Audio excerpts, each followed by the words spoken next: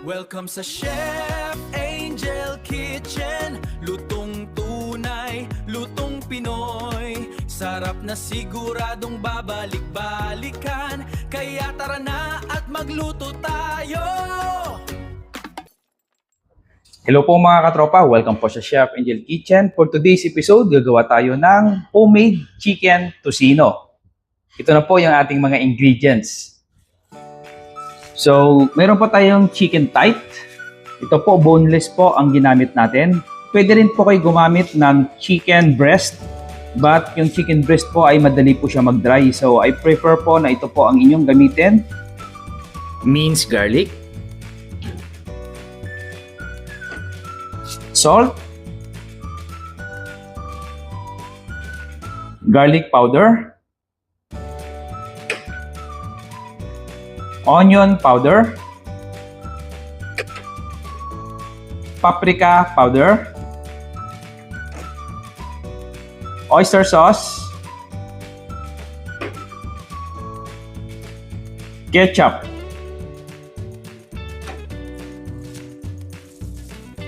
pineapple juice,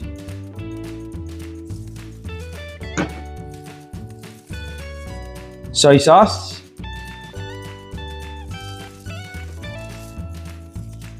brown sugar, color red po na food coloring.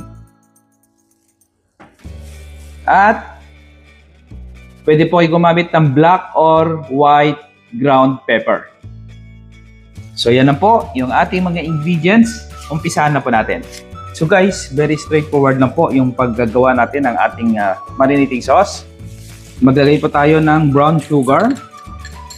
So, yung lahat po ng mga ingredients natin is pwede po tayo maglagay in any particular order. Okay? So, brown sugar, lagyan po natin yung ating pineapple juice. Yung ating salt.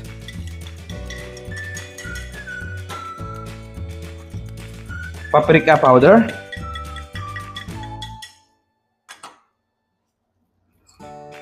Yung ating onion powder.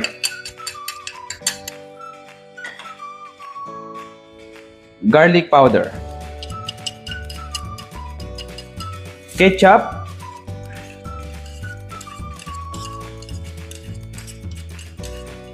oyster sauce,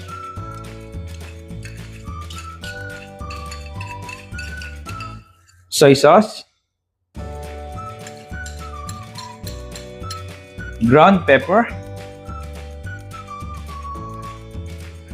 at maglagay tayo about a teaspoon ng food coloring. Color red po. Okay? Yan. Okay. And then, i-mix na po natin yan hanggang matunaw po at magsama-sama yung lahat po ng ating mga nilagay na mga ingredients. Yan. So, yung iba po ay gumagamit na po ng salitri dito as preservatives. Pwede po kayo maglagay ng konting suka. Kung gusto nyo po, i-store nyo po ito ng medyo matagal. Okay? So, yung lahat po ng exact measurement nito ay ilalagay ko po sa description box. Punta lang po kayo doon at ilalagay ko po yung eksaktong measurement po ng aking mga nilagay na mga ingredients. Okay. Ayan po, I think natunan na po natin yan lahat. Yan. So, ilagay na po natin dito sa ating chicken tight. Okay.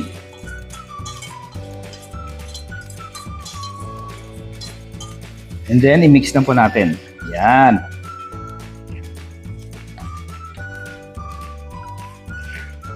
So guys, please comment below kung gusto niyo rin po malaman kung paano po gumawa ng pork tocino. So, gagawa din po tayo niyan. So, inuna ko lang po itong ating chicken tocino. So, best po ito. Maganda po ito sa mga hindi po kumakain ng baboy. Lalo na po sa mga kapatid nating mga Muslim. Okay. So, maglagay din po tayo ng minced garlic. Yan. Para lalo pong bumango yung ating chicken tocino. And then, i-mix na po natin. Yan.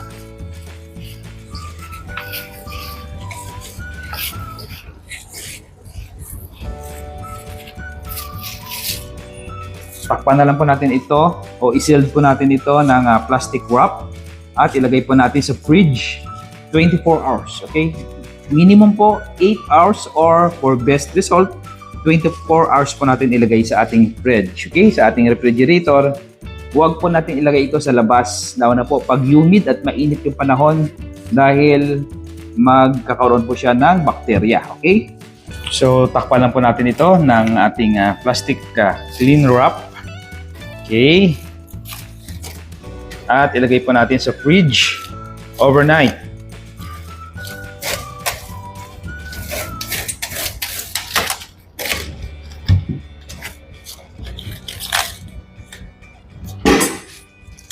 So, ito na po guys. Balikan natin ito tomorrow. Okay. So mga katropa, after 24 hours, buksan na po natin yung ating na-marinate na chicken tocino. So i-mix na po natin ng sandali para mag-distribute po natin ulit yung kanyang flavor dahil tumining na po yung ating marinade. So guys, magsimula na po tayo. Mag-init lang po tayo ng ating kawali. Okay, so I prefer po mas paganda gamitin ay yung non-stick pan kung mayroon po kayo. Kung wala po magiging problema dyan. Okay, ilagay lang po natin yung ating na-marinate na tocino, including po yung kanyang sauce. So, patuloy lang po natin itong halu-haluin hanggang mag-raise po ang temperature at kumulo na po siya.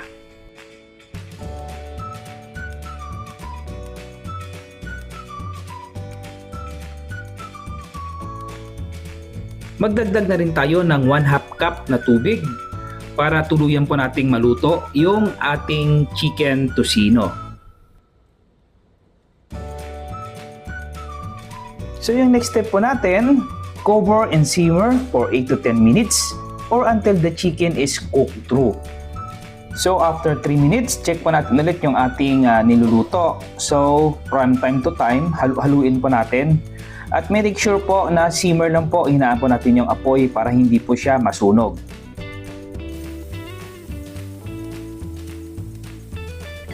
And then, takpan po natin ulit at continue po natin itong isi-simmer.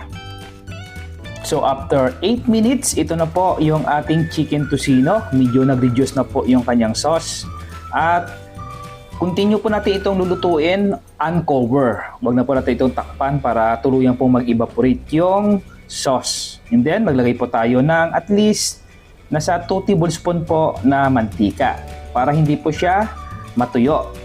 Okay, pag nalagay na po natin yung ating oil, continue lang po yung pag-stir hanggang mag-evaporate at matuyo na po yung ating chicken tocino.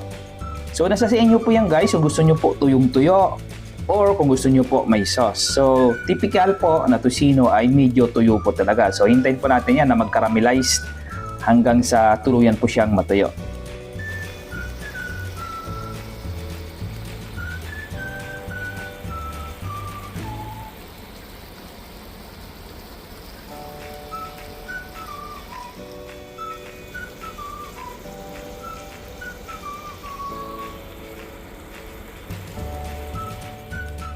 So mga katropa, after po 10 minutes, ito na po yung ating chicken tocino. So yan, nag-evaporate na po yung kanyang sauce. Nag-caramelize na siya. At tingnan nyo mga katropa, tuyong-tuyo na po siya. So kung gusto nyo po ito mag-dark pa, continue lang po ito sa pagluluto hanggang magkaroon po siya ng chalco marks sa mga edges. So mga katropa, luto na po yung ating chicken tocino.